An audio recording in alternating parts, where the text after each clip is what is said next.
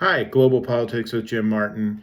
As we know, President Trump is taking a very hard line on the dictatorial government in Venezuela led by Nicolas Maduro. Make no mistake, Maduro is a bad dude 10 times over. The Trump administration is using drug trafficking as a proximal cause, and the Defense Department has moved over the past 6 weeks or so a small yet capable force. That's been the folks that have been sinking the various speedboats that the Trump administration claims are full of drugs headed for America. Trump last week also announced that he'd authorized covert action by the CIA against the regime. And he also announced a $50 million reward for information on Maduro's drug trafficking.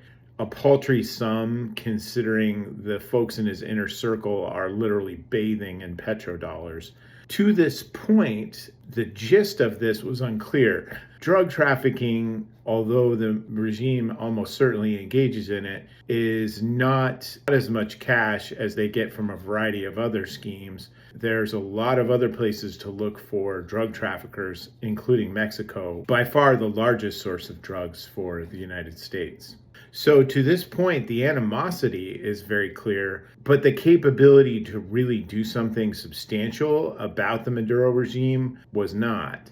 However, we learned just in the last few days that the U.S. aircraft carrier Gerald R. Ford is deploying from the Mediterranean to the Southern Caribbean. This ups the ante seriously and brings the capacity to do some serious damage to the Maduro regime. The question, however, isn't whether we can do this.